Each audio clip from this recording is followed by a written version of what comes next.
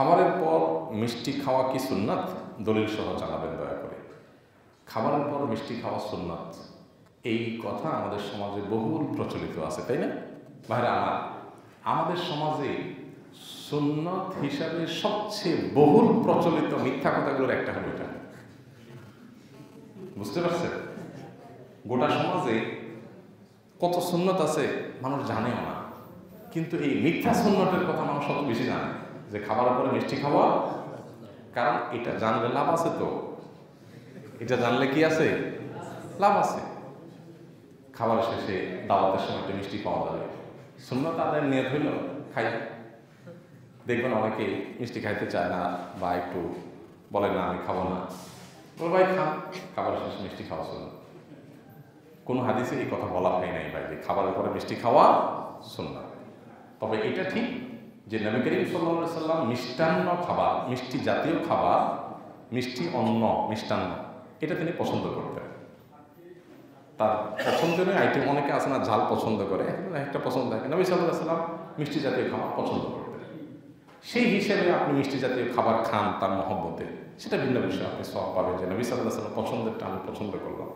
But খাইলেন কবজি ডুবায়া, ভাত, গোশ, মাছ, ডাল, সবজি, সালাদ, তরকারি, ভাজি, যত রকম আছে দিয়া কবজি ডুবাইয়া খাইলেন।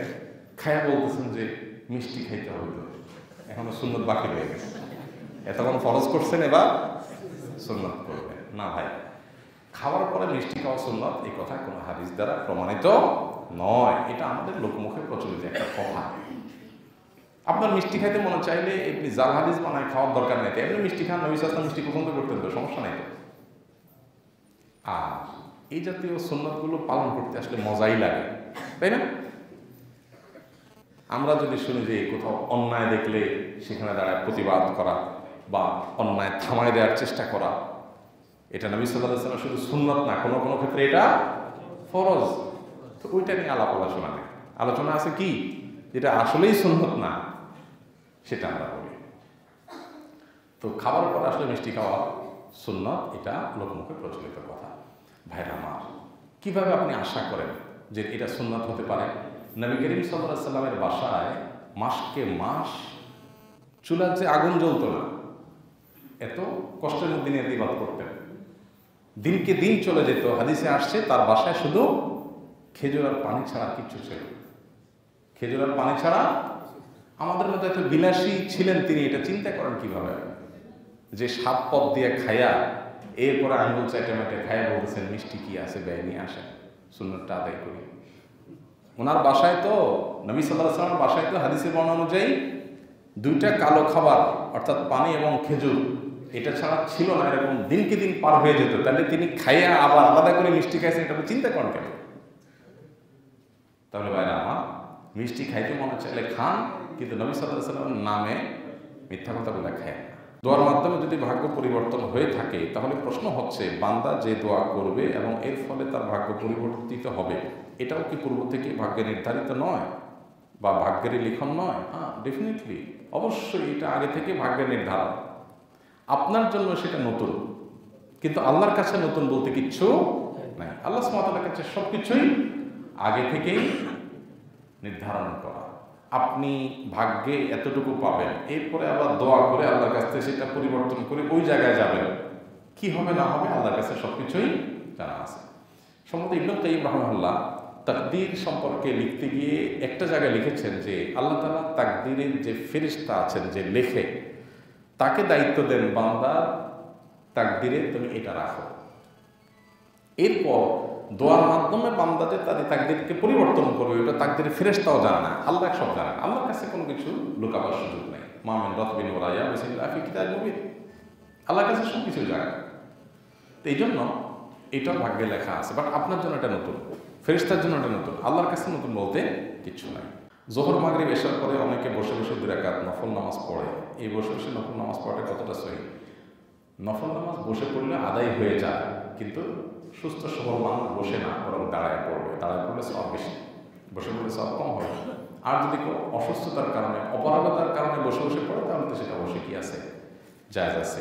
নফল নামাজ বসেই পড়তে হবে, বিশেষ করে এশার পরে 2 রাকাত নামাজ বসেই পড়তে হবে। আমরা অনেকে জানি এটাকে হালকি নামাজ বলে অনেকে, এটা সঠিক যেটা বসেই পড়তে হবে। অসুস্থ শরীর খারাপ তো বসে পড়ে, হাদিসে যে বসে পড়ার কথা বলা আছে, নবী সাল্লাল্লাহু আলাইহি ওয়াসাল্লাম পড়েছেন, তার ওই সময় ভালো লাগছিল না। নামাজ শেষে আল্লাহকে উদ্দেশ্য করে সিজদা দিয়ে দেওয়া যাবে কিনা, যদি দেওয়া যায় তাহলে কি কোনো দোয়া করতে হবে? ভাইরা আমার, নামাজের বাইরেও কিন্তু সিজদা দেওয়া যায়, আমরা অনেকেই জানি না। এই সিজদাটা হতে পারে সিজদায়ে শুকর, মানে কৃতজ্ঞতা আদায়ের সিজদা। আপনার কাছে কোনো নিউজ আসলো, ভালো কোনো নিউজ, আপনি নিউজটা শুনে আল্লাহর কাছে খুব শুকরিয়া আদায় করলেন, মুখে আলহামদুলিল্লাহ বললেন, পাশাপাশি আপনি কিবলার দিকে ফিরে আল্লাহু আকবার বলে সিজদায় উঠিয়ে পড়ে আপনি সুবহান রাব্বিয়াল আলা তাসবিহ পেশ করে উঠলেন। এটা হলো আল্লাহকে সিজদায়ে শুকর নিবেদন করা, যে আপনার কোনো অর্জন হয়েছে, আপনি শুকরিয়া সিজদা দিয়ে দিয়েছেন। এটা বিধিবদ্ধ, নবী সাল্লাল্লাহু আলাইহি ওয়াসাল্লাম এটা করেছেন, এটা করা যায়। আমরা অনেকে এটাতে পরিচিত না বা এটার সাথে অভ্যস্ত না। সিজদায়ে শুকর খুব ভালো জিনিস, এটা করা যেতে পারে। বাকি এটার জন্য আলাদা কোনো দোয়া নাই যে সিজদা গিয়ে আলাদা কোনো দোয়া আছে, আপনি সিজদা গিয়ে আল্লাহ তাসবিহ পেশ করবেন, বাস করে আপনি উঠে যাবেন। 4 রাকাত বিশিষ্ট ফরজ সালাতে জামাতে সালাত আদায়ের সময় চতুর্থ রাকাতে দাঁড়ানোর পর ভুলে সূরা ফাতিহা না পড়ে তাশাহুদের প্রায় অর্ধেক পড়ে ফেলি, মনে পড়ার সঙ্গে সঙ্গে সূরা ফাতিহা পড়ি এবং ইমামের সঙ্গেই সালাম ফিরাই, এক্ষেত্রে কি আমার পুনরায় সেই সালাত আদায় করতে হবে? উত্তর হলো না, এবং এর জন্য আপনার সিজদা সাহু দিতে হবে না। আপনি সূরা ফাতিহা পড়ার জায়গায় আত্তাহিয়াত পড়ে ফেলছেন, এটা হলো ভুল। অবশ্যই এই ভুলের কারণে সিজদা সাহু দিতে হবে যদি আপনি একাকী নামাজ আদায়কারী হন। কিন্তু যদি জামাতে নামাজ পড়েন তাহলে ইমাম সাহেবের পেছনে মুক্তাদির আলাদা কোনো সিজদা সাহু ওয়াজিব হওয়ার মতো কাজ দেখা দিলেও সিজদা সাহু দিতে হয় না, যেহেতু ইমামের অনুকরণ করতে হয়। দেখেন, ইসলামে আনুগত্য এত গুরুত্বপূর্ণ যে সিজদা সাহু ওয়াজিব হয়েছে, ওইটা দিতে গেলে ইমামের আনুগত্য থাকে না, তো ওইটা বাদ, আনুগত্য আপনাকে করতে হবে। আজকাল তো কোনো আনুগত্য নাই, কোনো মানামানি নেই, সবাই সবে সবাই সোশ্যাল মিডিয়ায় ঘুরলে ওস্তাদের বিরুদ্ধে, ছাত্র এর বিরুদ্ধে, সে সবাই সবার বিরুদ্ধে বলে। লাগাম দেওয়া, আমি কতটুকু বলতে পারি, বলা উচিত, সেই বাস বিচার নাই, বিশেষ করে আনুগত্য নাই। তো নামাজের মধ্যে এরকম ভুল হলে যে তৃতীয় রাকাতে বা দ্বিতীয় রাকাতে সূরা ফাতিহা পড়তে গিয়ে আপনি কি করে ফেলছেন? আত্তাহিয়াত পড়ে ফেলছেন, অথবা এরকম এক জায়গাটা আরেক জায়গাটা পড়ে ফেলছেন। সিজদা সাহু ওয়াজিব হলে ইমামের পিছনে যেহেতু আসেন সেজন্য সিজদা সাহু লাগবে না। তবে একাকী করলে আপনার এরকম ভুল হলে অবশ্যই কি করতে হবে? সিজদা সাহু দিতে